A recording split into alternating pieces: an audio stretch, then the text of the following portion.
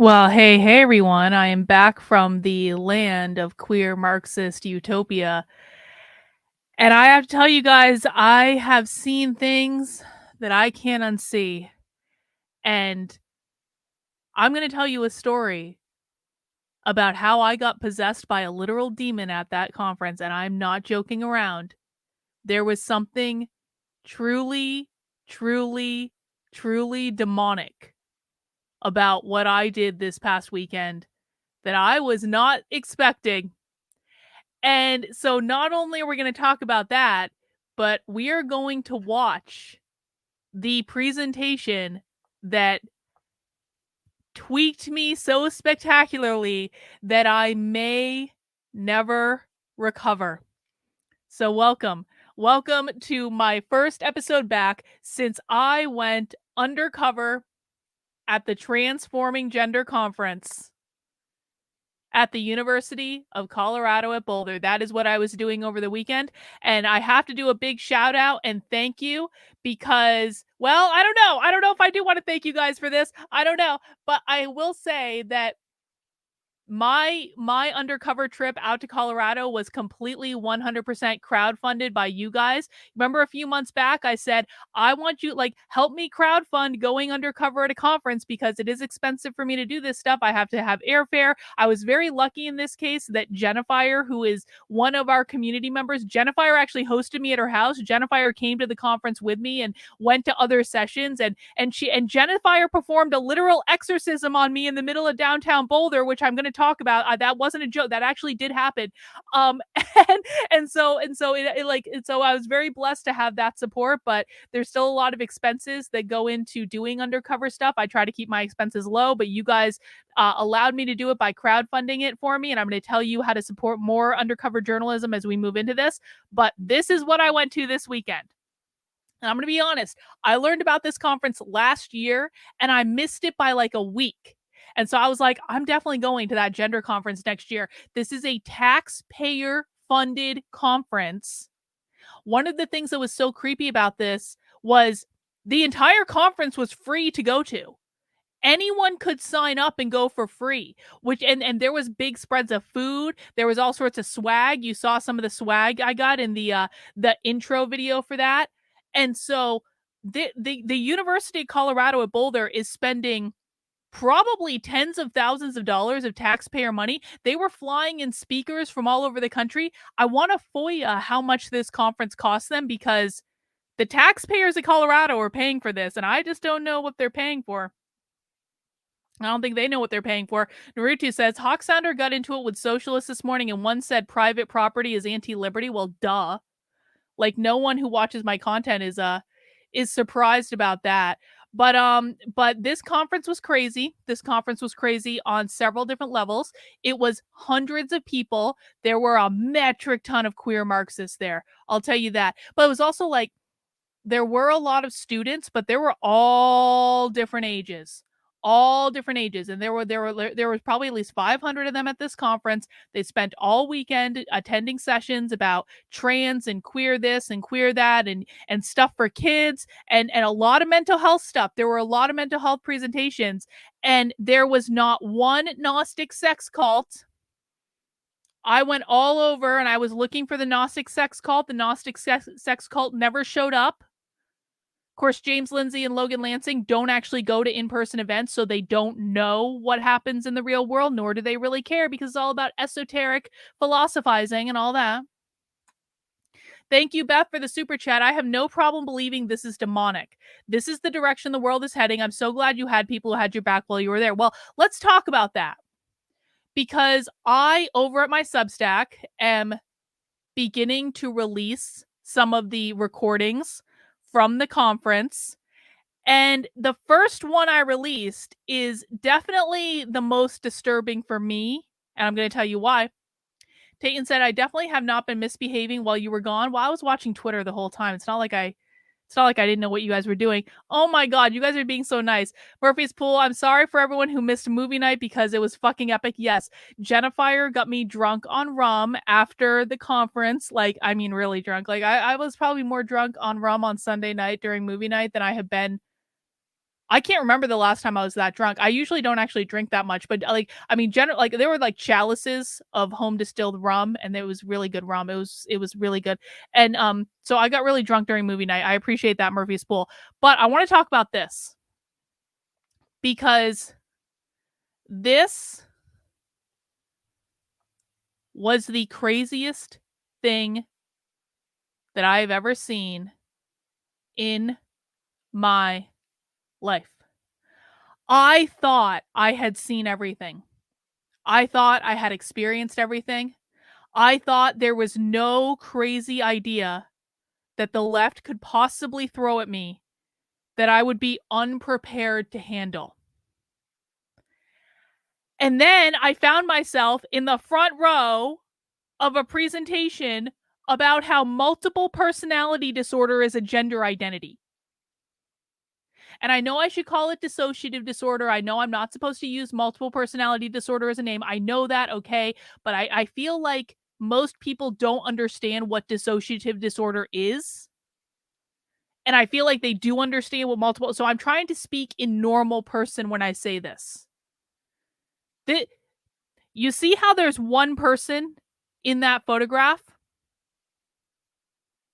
There are 6 beings in that person. There are 6 entities in that person, and 2 of them gave that presentation. You notice how there's 2 names on the slide, but there's only 1 body? Yeah, that's because those 2 beings gave that presentation, and they switched back and forth during the presentation, and you guys are gonna get to hear it. You're gonna get to hear it. We're gonna watch it. We're gonna watch the whole thing. Was it a Gnostic sex demon in the form of James Lindsay in a red impish gimp suit boring you to death with 200-year-old literature about Gnosticism? No. No. But let me tell you what did happen. And this is serious. And listen, guys, I know that not everyone is on board with my spiritual beliefs, but I had a demonic experience at this I can't even tell you. So here's what's going on. So I'm sitting in this presentation, and again, we're gonna watch the full presentation. I've got it. I've got the whole thing edited together. I have all the slides. I have the audio. I'm going to take you all through this entire experience just in the way that I experienced it, okay?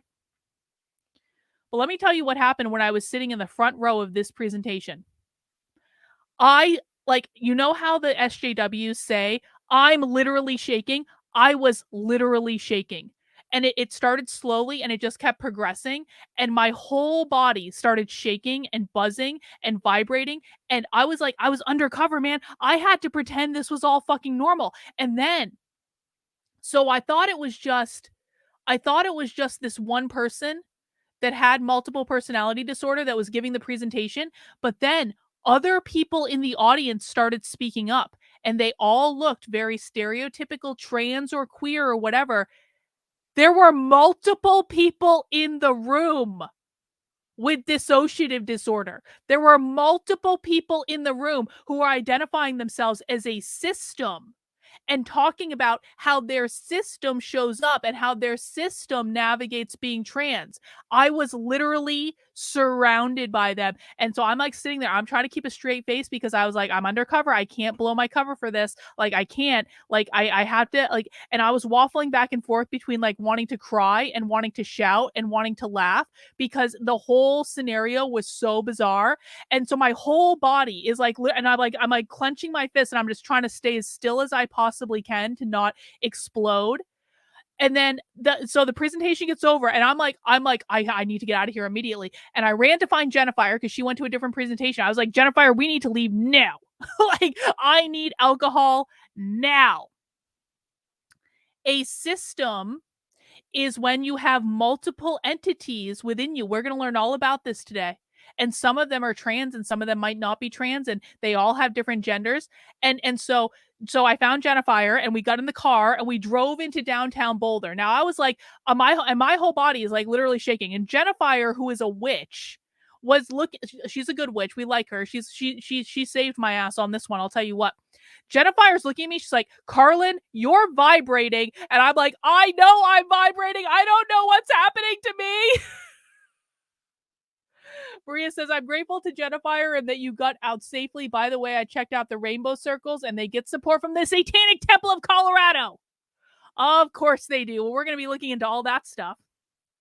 So I thought that if we just walked around a little bit and maybe I got something to eat, like some comfort food or some sugar or something, I thought everything would calm down rather quickly. I have never experienced energy like this before in my life. And I've experienced energy on like many different times. Like, but so we were walking around and I'm like, I'm teed up and I cannot focus on anything. Like I could not even make, I truly, my head was like racing constantly. I'm like, what the fuck is even happening right now? So Jennifer and I sit down to lunch.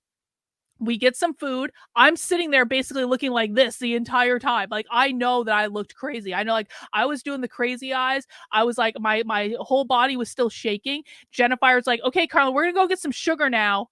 And so we had lunch. Lunch didn't calm me down. We went and got sugar. That didn't calm me down, and then we just started walking like around downtown Boulder. And it was the weirdest thing too, and I'll tell you why it was weird in a second. Rottweiler says, I believe in demons from the perspective of Alan Kardec, spiritism, parapsychology, even though I would need to see firsthand. I believe you. Stay safe. Well, here's what happened, though. Thank you, Rottweiler, for that.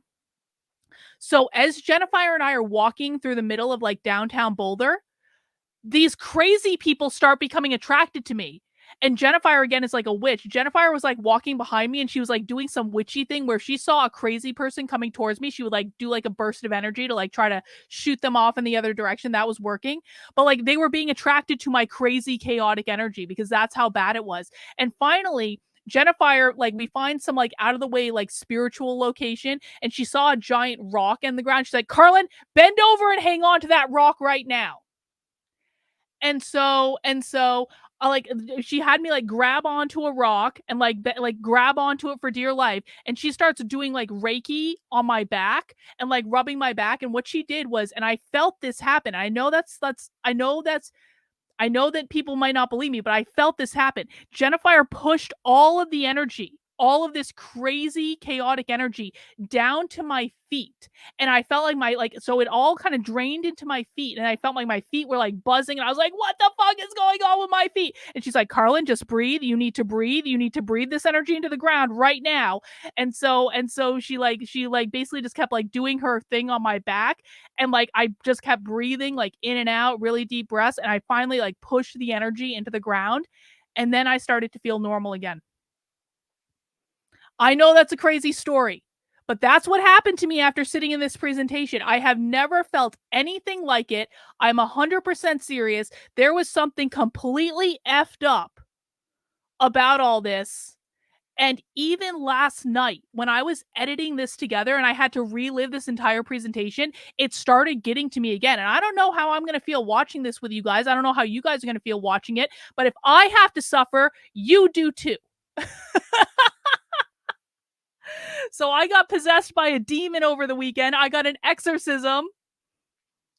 And then I drank a lot of rum, and then I came home, and now I'm sharing with you guys what happened.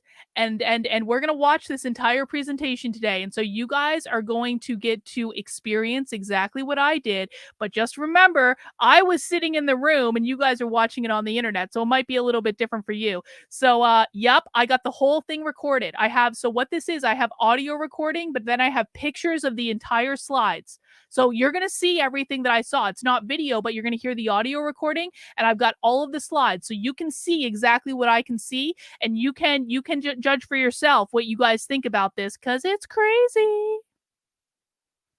Beth says, I don't believe even unbridled sex could have helped at that time. No, there was no way I could have had sex. I'll tell you that. That was not sexual energy. No.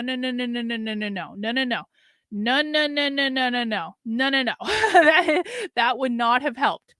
Oh God, I would do a sweat lodge, Barb. I'm not even joking. I would definitely. That's actually not a bad idea. I love a good sweat lodge. I need but I feel like I've got it like gone now. And I mean, the big lesson to me is like my energy was just way too open at this thing. Like I need to do a better job of shielding. That was my fault. That's my responsibility. But that was crazy. And then I drank a lot of rum. I did. I drank a lot of rum that night. I did. Yes, they are literally filled with demon energy. I'm not joking about that. Okay. This is like next level.